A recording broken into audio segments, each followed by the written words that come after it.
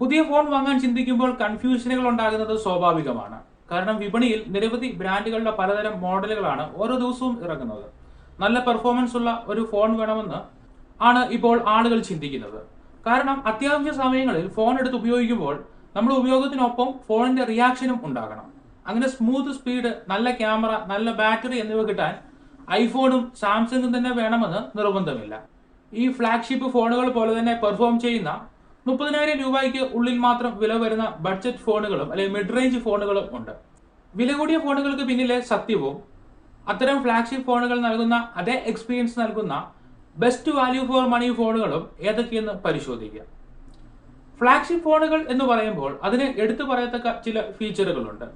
ഒരു fast processor ഉണ്ടാകണം, sharp display, good camera, solid build quality, long battery life, smooth user experience എന്നീ basic കാര്യങ്ങളാണ് ഒരു ഫോണിനെ ഫ്ലാഗ്ഷിപ്പ് ആകുന്നത്. പക്ഷേ ഇന്ന് പല ബഡ്ജറ്റ് ഫോണുകളും ഈ ഫീച്ചറുകൾ നൽകുന്നുണ്ട്. ആകെയുള്ള വ്യത്യാസം ബ്രാൻഡ് മാത്രമാണ്, പെർഫോമൻസ് അല്ല. ഈ ഫീച്ചറുകൾ കിട്ടാൻ ഒരു ലോഗോയുടെ പേരിൽ 50,000 രൂപ അധികം നൽകേണ്ടതില്ല.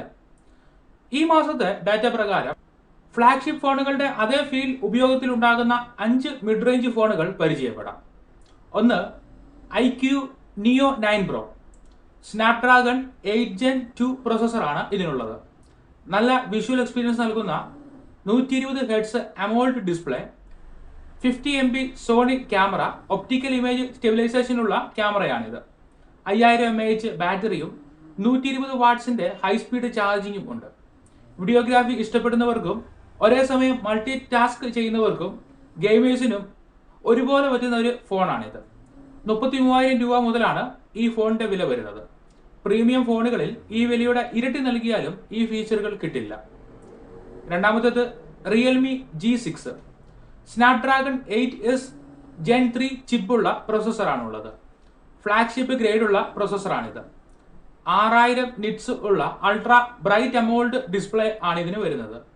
120 watts fast charging support, 5500 mAh ബാറ്ററി, nano mirror design, iceberg vapour cooling system എന്നിവയാണ് മറ്റ് സവിശേഷതകൾ. 29,000 മുതലാണ് വില വരുന്നത്. 60,000 വില വരുന്ന OnePlus 12ന്റെ അതേ ഫീച്ചറുകൾ ഈ ഫോൺ നൽകുന്നുണ്ട്. മൂന്നാമത്തേത് Motorola Edge 50 Pro. Snapdragon 7 Gen 3 പ്രോസസ്സറാണുള്ളത്. ഫാസ്റ്റ് ഫോക്കസ് ഉള്ള 50 MP camera, fast wireless charging, 6.7 inch super HD display, 4500 mAh battery എന്നിവയാണ് മറ്റ് സവിശേഷതകൾ. 28,000 രൂപ മുതലാണ് വില ആരംഭിക്കുന്നത്. ഈ പ്രൈസ് റേഞ്ചിൽ വയർലെസ് ചാർജിംഗ് ഉള്ളത് അപൂർവമാണ്. ക്ലീൻ സോഫ്റ്റ്വെയറും സ്മൂത്ത് UAEയും ഉണ്ടെന്ന് റിവ്യൂസ് പറയുന്നു. നാലാമത്തേത് nothing phone 2A. മീഡിയാടെക് Dimensity 7200 Pro പ്രോസസ്സറാണ് ഇതിന് നൽകിയിരിക്കുന്നത്. 50 MP വീതം ഉള്ള dual camera, 6.7 inch AMOLED display, 5000 mAh battery എന്നിവയാണ് മറ്റ് സവിശേഷതകൾ. പ്രീമിയം ലുക്കും നല്ല പെർഫോമൻസുമുള്ള ഈ ഫോണിന് 23,000 മുതലാണ് വില ആരംഭിക്കുന്നത്. അഞ്ചാമത്തേത് പോക്കോ F6.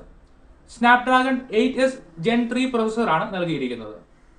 ഡോൾബി വിഷനുള്ള 6.67 ഇഞ്ച് അമോൾഡ് ഡിസ്പ്ലേ ഉള്ള ഒരു ഗെയിമിംഗ് ഫോണാണിത്. 5000 mAh ബാറ്ററിയും 120 വാട്ട്സ് ഫാസ്റ്റ് ചാർജറുമുണ്ട്. 23,000 രൂപ മുതലാണ് വില ആരംഭിക്കുന്നത്. മിഡ് റേഞ്ച് ഫോണുകളിൽ മികച്ച പെർഫോമൻസ് ഉള്ള 5 ഫോണുകളാണ് പരിചയപ്പെടുത്തിയത്. 23,000-നും 33,000-നും ഇടയിൽ വാങ്ങാൻ കിട്ടുന്ന ഫോണുകളാണിവ. ഫ്ലാഗ്ഷിപ്പ് ഫോണുകളെ വേറിട്ട് നിർത്തുന്ന curved display, wireless charging, IP ratings, premium glass design, brand logo എന്നിവ ഒരു സാധാരണ യൂസർക്ക് ആവശ്യമില്ലാത്തതാണ്. ഒരു ഹൈ പെർഫോമൻസ് ഫോൺ അല്ലെങ്കിൽ വീഡിയോഗ്രാഫി ആഗ്രഹിക്കുന്നവർക്ക് പോലും ഇന്ന് 30,000 രൂപയ്ക്ക് താഴെ പ്രീമിയം ഫോണുകൾക്ക് ഒപ്പം നിൽക്കുന്ന ഫോണുകൾ വാങ്ങാൻ കിട്ടും. താരതമ്യം ചെയ്യാത്തിടത്തോളം ഈ കാര്യങ്ങൾ ശ്രദ്ധിക്കുവാൻ കഴിയില്ല. ഇങ്ങനെ താരതമ്യം ചെയ്ത ശേഷം ഫോൺ വാങ്ങിയാൽ 40,000 മുതൽ 60,000 രൂപ വരെ ലാഭിക്കാൻ കഴിയും. ഈ പണം ഒരു ഇൻവെസ്റ്റ്മെന്റിന് ഉപയോഗിച്ചാൽ നാളെ നിങ്ങൾക്ക് പ്രയോജനപ്പെടും. നിങ്ങളുടെ ഫോൺ ഉപയോഗിച്ച് കണ്ടന്റ് ക്രിയേഷനിലൂടെയോ പ്രൊഫഷണൽ ഗെയിമിങ്ങിലൂടെയോ ഇൻകം ജനറേറ്റ് ചെയ്യുന്നില്ലെങ്കിൽ ഒരിക്കലും ഫ്ലാഗ്ഷിപ്പ് സമ്മർദ്ദത്തിൽ അകപ്പെട്ട് പ്രീമിയം ഫോണുകളുടെ പിന്നാലെ പോകരുത്. നിങ്ങൾ നൽകുന്ന പണത്തിനുള്ള മൂല്യം തിരികെ കിട്ടുന്നുവെന്ന് ഉറപ്പുവരുത്തുക. ഫോണിനെ നിങ്ങളല്ല, ഫോൺ നിങ്ങളെയാണ് സേവിക്കേണ്ടത്.